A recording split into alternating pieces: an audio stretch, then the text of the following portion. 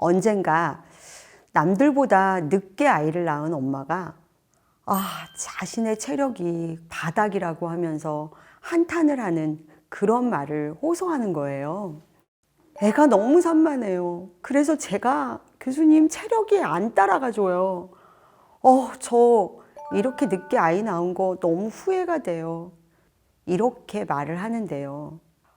나중에 보니 아이는 분명 활달한 편이라고 어떻게 평가할 수 있지만 유난히 산만하다고 할 만큼은 아니거든요. 또래의 다른 아이들처럼 호기심이 많을 뿐이었어요. 근데 그런 아이를 두고 늦게 아이를 낳은 상황과 더 나아가서 자신의 삶을 송두리째 부정하는 말로 불행을 끌어오는 모습이 제가 보기 너무 안타까웠습니다. 애들이 다 그렇지라는 말로 위로하거나 다른 사람들에게 피해를 끼치는 아이의 행동을 그냥 보아 넘기라는 말, 그거 아닙니다. 상황에 따라서 잘못된 행동이 있다면 당연히 왜 그렇게 행동하면 안 되는지 알려주고 규칙도 정하고 아이가 규칙을 어겼을 때 단호하게 대처하는 거, 이게 훈육이고 그건 맞습니다. 그러나 다짜고짜 왜 가만히 있질 못해? 라고 소리를 지르거나 너는 대체 왜 이러니? 유별나. 면박을 주는 거, 그럴 필요는 없다는 거죠. 이렇게 되면 아이는 주눅이 들고 위축이 됩니다. 아이로 인해서 정신없고 화나고 지치는 엄마 마음 모르는 거 정말 아닙니다. 아이에게 그러나 이유를 따져 물을 만한 일이 아닌데 그것 때문에 아이를 몰아치면 안 된다는 말씀을 드리는 거죠. 유아기 아이들은요, 자신이 처음 만나는 세상을 보고 듣고 만지고 느끼기를 원합니다. 충분히 보고, 충분히 듣고, 충분히 만져보고, 충분히 느끼면서 지식과 정보를 얻는 것.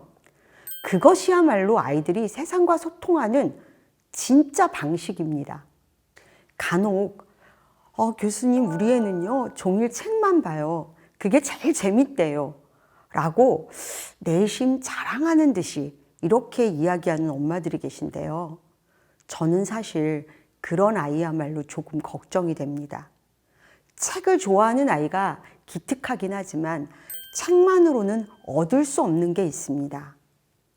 토마토가 자라나는 과정을 책으로 아무리 읽는다 한들, 또 따스한 햇살을 받으며 익어가는 토마토를 만져보고 정말 그 감촉을 느끼고 그래서 토마토가 어떻다라는 걸 가슴에 아는 아이와 이거는 비교를 할 수 없는 거죠. 한때 유행했던 글로 배웠어요 라는 광고 카피가 있죠. 애교를 글로 배우고 연애를 글로 배우는 거 아무 소용이 없습니다. 직접적 경험이 살아가는 데 있어 무엇보다 소중한 자산임을 우리는 정말 알아야 합니다. 강의 중에 자주 소개하는 그림책 중에 너 왜 울어라는 책이 있습니다. 이 책을 보면요, 엄마가 아이에게 코트를 입고 장화를 찾아오라고 아주 강력하고 단호하게 명령을 합니다. 그리고 장화를 찾아오지 못하면 그냥 집에 있을 거라고 말을 하죠. 아마 책 속에 등장하는 아이는 엄마에게 밖에 나가자고 했던 모양입니다. 두 사람은 결국 외출을 합니다. 그러나 엄마는 아이에게 나는 너 때문에 억지로 나가는 거야 라는 걸 강조합니다. 아이와 길을 걷는 내내 엄마의 명령은 계속되죠. 떠들지 말고 빨리 걷고 바닥에 떨어지는 거 줍지 말고 모래에 뒹굴지 말고 뭐 어쩌고 저쩌고. 물론 엄마의 말에는 모두 이유가 있습니다. 목에 찬바람 들어가면 감기에 걸리니까, 또 시간 없으니까, 땅바닥에 세균이 득실거리니까, 모래에서 놀다가 다치거나 옷 버릴 수 있으니까. 근데요, 여기에 엄마는 한마디 더 합니다. 평생 네 옷이나 빨면서 살고 싶지 않다라는 말. 이 엄마의 말에서 느껴지는 건 걱정이 아니라 짜증입니다. 그리고 그 감정은 아이에게 고스란히 전달되죠. 아이는요, 엄마가 나를 향해 짜증을 낸다는 거 온몸으로 느낍니다. 책 속의 엄마는요, 말로 아이를 위협합니다. 장화 찾지 못하면 나갈 수 없고, 엄마 말 잘 듣지 않으면 슈크림빵 사줄 수 없고, 코트를 더럽히면 이번에는 한술 더 떠서 아빠에게 다 잃을 거라고 말을 하죠. 책의 마지막 부분에서 아이는 결국 눈물을 흘립니다. 그러자 엄마가 너무너무 무서운 목소리와 표정으로 묻습니다. 너 왜 울어? 엄마는요, 그 이전에도 그랬듯 아이가 왜 그러는지 이해하지 못합니다. 엄마 입장에서는 아이가 바라던 대로 놀이터에서 놀게 했고 슈크림빵도 사줬고, 그런데 나는 너에게 이렇게 다 했으니 너는 웃어야 되는데 왜 울고 있냐는 거죠.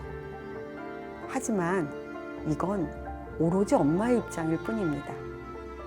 아이의 속상한 마음을 알아주기커녕 대체 우는 이유가 뭐냐고 묻는 엄마의 모습을 보며 저는 이 아이가 얼마나 외로울까 이런 생각을 해봅니다.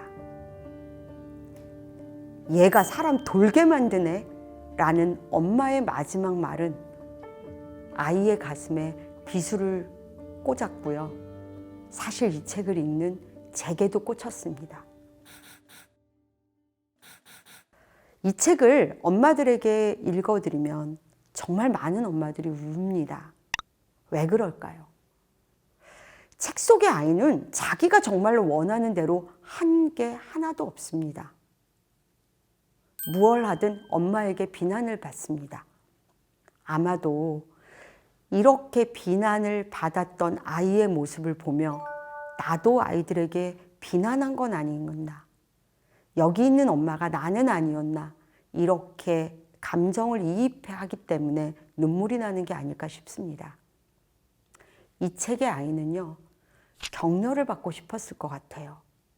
어쩌면 아이가 원하는 건 놀이터 그리고 슈크림빵, 이게 아니라 엄마와의 즐거운 시간이었을지도 모르는데 말입니다. 책의 마지막 그림은 엄마의 치마 속에 서 있는 아이 모습이 나오는데요. 아이는 엄마의 치마에 그려진 줄무늬를 창살처럼 꼭 부여잡은 채 바깥을 내다보고 있습니다. 이는 엄마라는 존재가 아이에게 감옥이 되고 있음을 상징한 그림이죠. 엄마라는 감옥 속에서 아이는 멍한 표정으로 마치 이런 생각을 하고 있는 듯 합니다. 엄마에게 나는 귀찮은 존재일까? 내가 엄마에게 잘못 온 아이일까? 이런 생각을 하면서 아이들은 어린 나이부터 자기 존재를 부정하게 됩니다. 너 왜 울어에 등장하는 엄마의 특징. 자신의 아이를 대할 때와 달리 다른 사람들에게는 무척 예의 바르고 친절한 것. 이 점도 지켜볼 일이고 우리가 분석해 볼 일입니다. 실제로 성인에게는 그러지 못하면서 아이에게는 함부로 대하는 사람들이 있습니다. 다른 사람의 아이에게는 조심하면서 자기의 아이는 막 대하곤 하는 부모들도 있습니다. 어른보다 약한 존재라서, 나와 가까운 사람이라서 오히려 쉽게 상처를 주고 미안하게 생각하지 않는 거, 당연하게 생각하는 거.